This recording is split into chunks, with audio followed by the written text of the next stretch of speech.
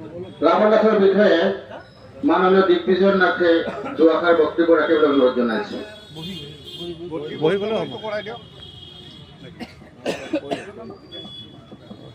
পৰম শ্ৰদ্ধাৰে মোৰ সন্মুখত উপবিষ্ট মোতকৈ বয়োজ্যেষ্ঠসকললৈ, মোৰ সমনীয়া বৃন্দ যিখিনি আছে তেওঁসকললৈ আৰু কণমানি মোৰ সৰু ভাইটি ভণ্টিলৈ মই মোৰ আন্তৰিক অভিনন্দন জ্ঞাপন কৰিছোঁ। আজি ৰাজভাওনা আহি পাইছে, কথাটো আপোনালোকে বুজি পাইছে নহয়? বৰনগৰে ইমান দিনেই পাহৰি আছিলোঁ, ইমান দিনেই বৰনগৰীয়াই আমি কেতিয়াও ৰাৱণৰ কথা চিন্তা কৰা নাছিলোঁ। কিন্তু আজি যি আমি দেখিলোঁ, সৰভোগ তথা বৰনগৰৰ প্ৰতিজন ব্যক্তিয়েই ৰাৱণ নাটক স্বীকৃতি নিশ্চয় দিবই লাগিব। তেখেতৰ যিবিলাক লিখনি আছে, যিবিলাক কেৰিকেচাৰ আছে,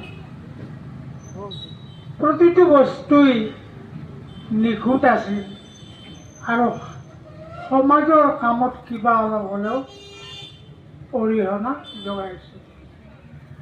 1909 চনৰ কথা আপোনালোকে জানে বহুতে, যিসকলৰ হয়তো বয়স হৈছে, যিসকলৰ বয়স হোৱা নাই তেওঁসকলে নাজানে।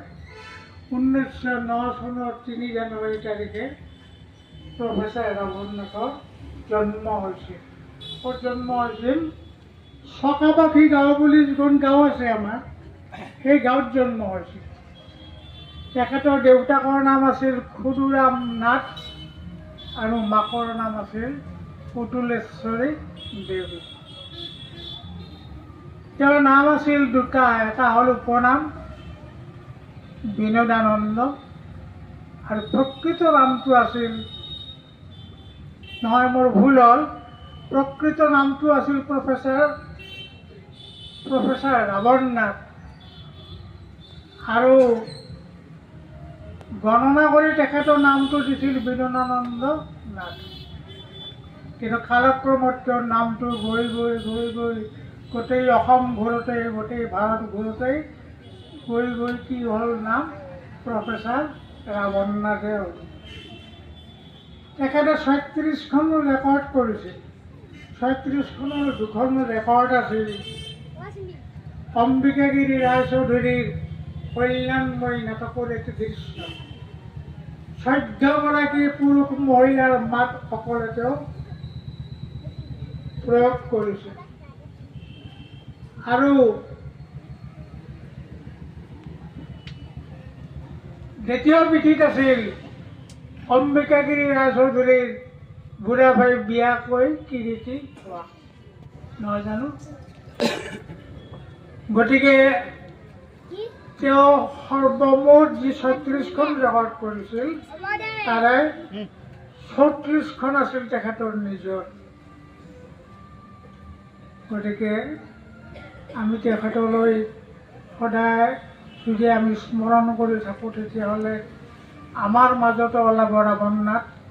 কোনে জানে তেনেকুৱা ফেমিলিৰ এজন ব্যক্তি ৰাৱণ নাথ, তেখেতৰ কি শক্তি আছিল, তেখেতৰ কি ধন আছিল, তেখেতৰ কি জ্ঞান আছিল? জানেনে কিমান জ্ঞান আছিল? ক্লাছ 8লৈকে পঢ়িছিল তেওঁ। কিন্তু তেখেতে 8 নহয়, বিদগ্ধ পণ্ডিতৰ লগতো তেখেতে ফেৰ মাৰিছে। সেইজনে আছিল ৰাৱণ নাথ। গতিকে সমুদায় কথাবিলাক আমি লিখিতভাৱে উলিয়াম।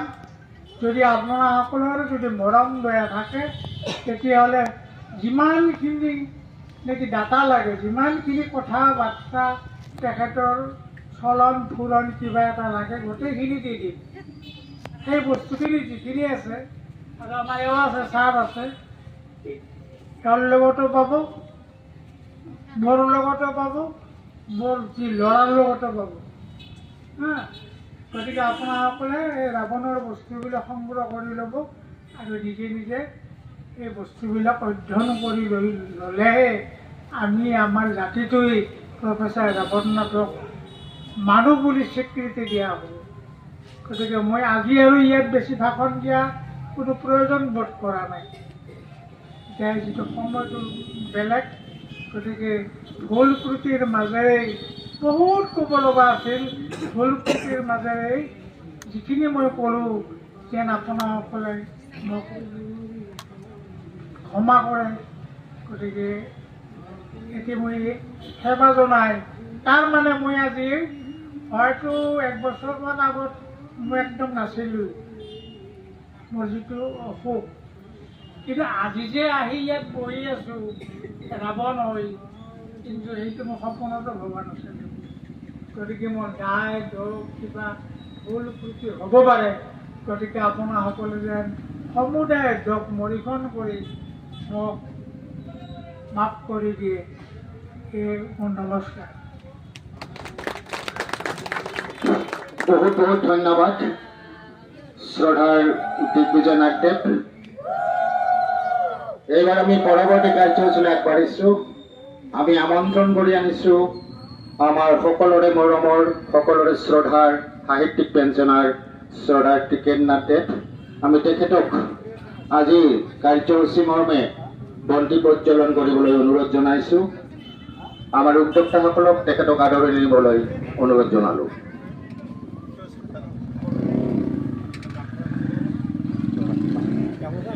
বন্তি প্ৰজ্বলনৰ প্ৰাক মুহূৰ্তত এখন ফুলাম গামোচাৰে তেখেতক সম্বৰ্ধনা জনোৱা হ'ব।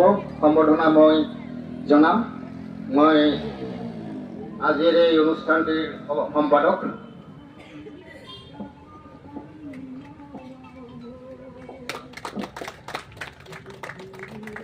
আমি ছাৰক বন্তি প্ৰজ্বলনৰ বাবে অনুৰোধ জনাইছো।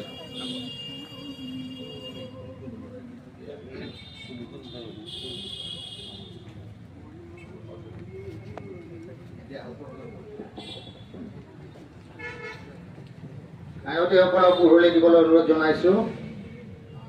বন্তি প্ৰজ্বলনৰ সময়ত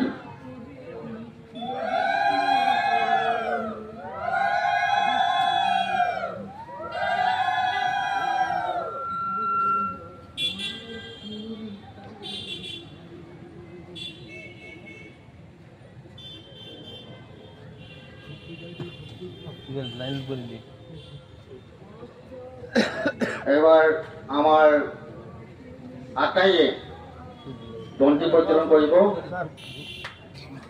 আৰু শ্ৰদ্ধাঞ্জলি যাচিব। তাৰ প্ৰাক মুহূৰ্তত আজিৰ বন্তি প্ৰজ্বলক মাননীয় টিকেন নাথ ছাৰে দুআষাৰ বক্তব্য ৰাখিব।